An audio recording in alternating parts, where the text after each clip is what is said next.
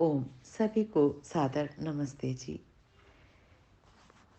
आइए ब्रह्म मुहूर्त में श्रद्धा और समर्पण के साथ परमपिता परमेश्वर को एक मंत्र के माध्यम से स्मरण करें, नमन करें। ओम यो भूतं च भव्यं च सर्वं यश्चाधितिष्ठति स्वर्यस्य च केवलं तस्मै ज्येष्ठाय ब्रह्मणे नमः। तस्मै ज्येष्ठाय ब्रह्मणे नमः। ओम।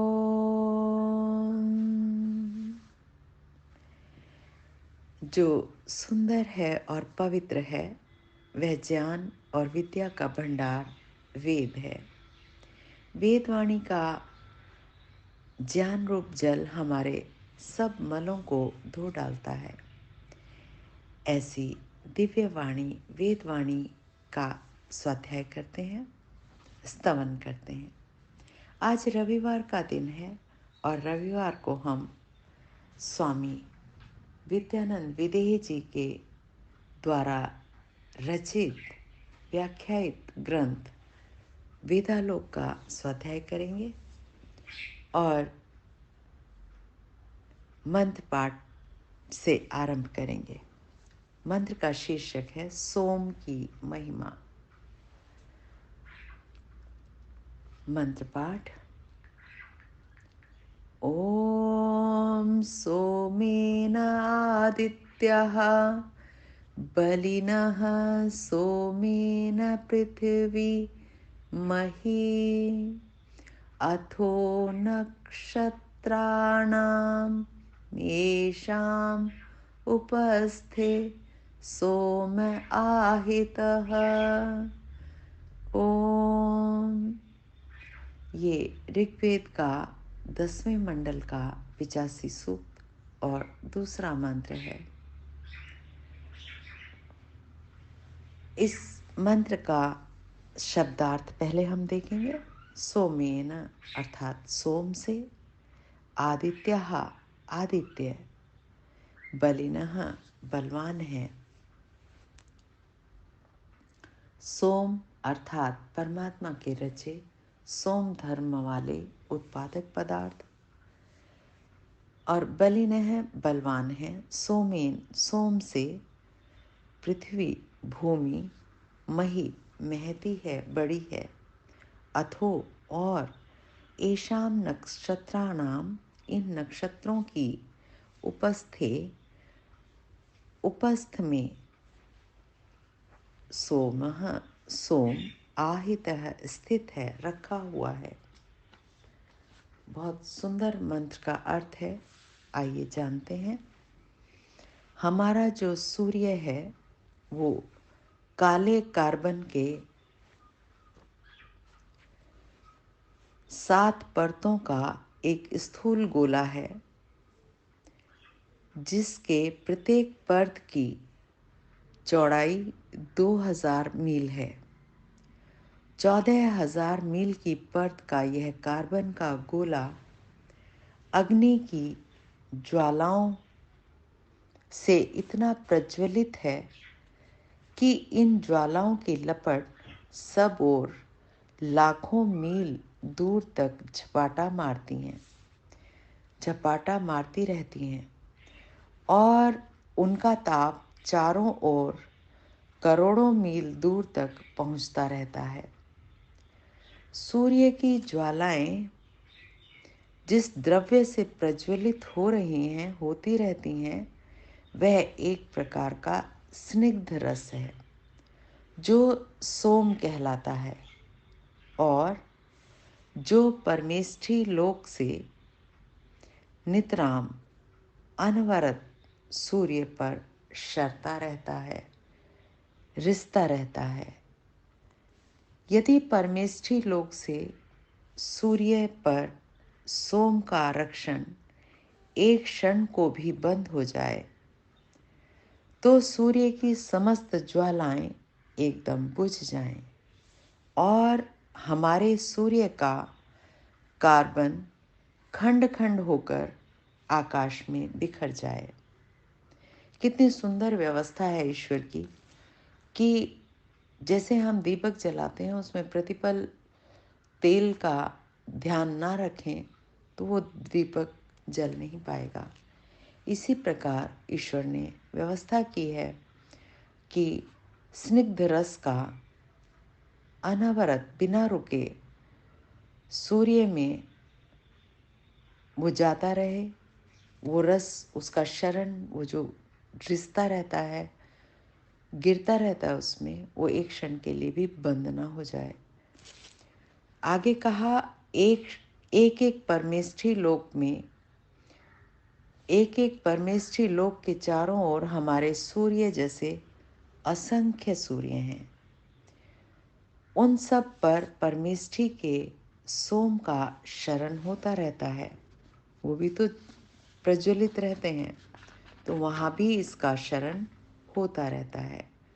और इस प्रकार सब सूर्य सोम के द्वारा बलवान, प्रचंड, प्रज्वलित रहते हैं। सूर्यों पर शरणे वाला, रिसने वाला वह सोम अतिशय पौष्टिक, स्निग्ध, तेजोमय, तेज से युक्त और सुगंधित होता है। जिस प्रकार हम यज्ञ में, हवन में सुगंधित पदार्थों को डालते हैं और उससे जो प्राप्ति होती है वो अत्यंत स्वास्थ्यवर्धक, पौष्टिक होती है, इसी प्रकार सूर्य पर शरणे वाला, रिसने वाला सोम अतिशय पौष्टिक, स्निग्ध और तेजोमय, सुगंधित होता है। आगे कहा, जिस प्रकार यज्ञाग्नि में होमे हुए सुगंधित पदार्थ अग्नि द्वारा सूक्ष्म होकर आकाश में व्यापते हैं, आकाश में पहुंच जाते हैं और वर्षा के माध्यम से वो फिर हमें प्राप्त होते हैं अन्न में। तो कहा, जिस प्रकार यज्ञ अग्नि में होमे हुए सुगंधित पदार्थ अग्नि द्वारा सूक्ष्म होकर आकाश में व्यापते हुए सर्वत्र वातावरण को सुवासित कर देते हैं, उसी प्रकार प्रत्येक सूर्य पर शरण होने वाला सोम एक और घृतवत, यानी कि घृत के समान सूर्य की ज्वालाओं को प्रज्वलित करता है, दूसरी ओर सूर्य अग्नि के द्वारा सोम अति सूक्ष्म होकर सूर्य ताप के साथ सौर मंडल की प्रत्येक भूमि तक पहुंचकर, जो भूमियां हैं नीचे, भूमि तक पहुंचकर सताप, ताप के साथ भूमि में समाता रहता है, प्रविष्ट होता रहता है। आगे कहा, जिससे भूमि निरंतर संपुष्ट, ऊष्म और सुगंधि युक्त बनी रहती है।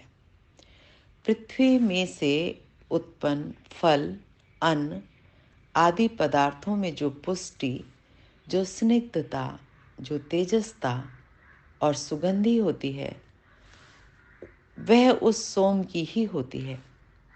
भूमि सोम के कारण महती, गुरुत्व युक्त, भारी, पुष्ट होती है।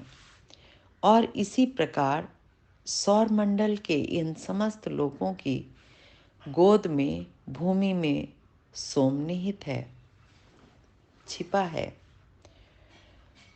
आगे कहा, पृथ्वी से उत्पन्न होने वाले जिन जिन खाद्य अखाद्य पदार्थों में जितनी जितनी अधिक मात्रा इस सोम की होती है, वे पदार्थ उतने अधिक पौष्टिक, स्निग्ध, तेजस और सुगंधि युक्त होते हैं। जिन पदार्थों में सोम का अंश जितना न्यून होता है, जितना कम होता है, उनमें सोम के ये गुण उतने ही न्यून होते हैं। किंतु पृथ्वी में सर्वत्र और सब पार्थिव पदार्थों में सोम के ये गुण यथा मात्रा अवश्य होते हैं। जितनी आवश्यकता है उतने अवश्य ही होते हैं। जिन खाद्य पदार्थों में सोम का अंश अधिक मात्रा में होता है वे वीर्यवर्धक होते हैं। दुग्ध तथा घृत में सोम का प्रचुर अंश होने के कारण ही वे पौष्टिक और वीर्यवर्धक हैं। सोम और वीर्य पर्यायवाची शब्द हैं। एक ही पदार्थ लोकों में निहित होकर सोम कहाता है और शरीरों में निहित होकर रज, वीर्य अथवा रेतः इन संज्ञाओं से संज्ञापित होता है। सोमांशोपेत अथवा वीर्यवर्धक पदार्थों के सेवन से मनुष्य के शरीर में पुष्टि, स्निग्धता, तेज और सुगंधि की वृद्धि होती है। इसीलिए वीर्य रक्षण अथवा ब्रह्मचर्य पर ज्ञानी जन सदा से ही इतना बल देते आए हैं। वीर्य रक्षण से निरोगता, बल, पराक्रम, तेजस्विता, स्फूर्ति और सात्विकता की स्थापना होकर दिव्य दीर्घायुष का संपादन होता है। आगे कहा, कतिपय प्राकृत यानी कि वैज्ञानिक कारणों से, कतिपय कहते हैं कुछ प्राकृत वैज्ञानिक कारणों से सूर्यलोक से चंद्रलोक पर सोम का विशेषतया अधिक्षरण होता है, जो चंद्रिका के रूप में लगभग सबका सब हमारी पृथ्वी पर गिरता रहता है। पुनः पढ़ने का प्रयास करती हूँ। कतिपय प्राकृतिक वैज्ञानिक कारणों से सूर्यलोक से चंद्रलोक पर सोम का विशेषतया अधिक्षरण होता है, जो चंद्रिका के रूप में लगभग सबका सब हमारी पृथ्वी पर गिरता रहता है। इसीलिए चांदनी रातों में खुले स्थानों पर चंद्रिका का सेवन व चंद्रिका प्रद स्थानों में शयन करने से शरीर में सोम अर्थात वीर्य की वृद्धि होती है। प्रातः सायं सूर्य की रश्मियों के सेवन से भी शरीर में सोम की वृद्धि होती है। ग्रहों की अपेक्षा खुले स्थानों में सोम अधिक उपलब्ध होता है। इसी कारण खुले मकानों व स्थलों में रहना तथा कार्य करना सोमप्रद होता है। आगे कहा, सोम के इस वैज्ञानिक रहस्य को समझकर अपना खान पान, रहन सहन तथा व्यवहार प्रचलन ऐसा बनाइए जिससे आपके शरीर में सोम की वृद्धि और रक्षण हो। ऐसा करने से सौंदर्य युक्त और लावण्योपेत दीर्घायु की प्राप्ति होगी। खुले घरों में रहें, शुद्ध वायु का सेवन करें, चंद्रमा की शीतलता को ग्रहण करें और सुबह शाम का सूर्य का प्रकाश भी हम शरीर में ग्रहण करें। ऐसा आज के मंत्र का अभिप्राय है। तो बहुत सुंदर व्याख्या हमने जानी, पढ़ी और इसको पढ़ने का लाभ तभी है जब हम इसको अपने जीवन में भी उतारें, व्यवहार में लाएं और अपने जीवन को, अपने व्यवहार को ईश्वर द्वारा प्रदत्त इन पदार्थों से सुशोभित करें।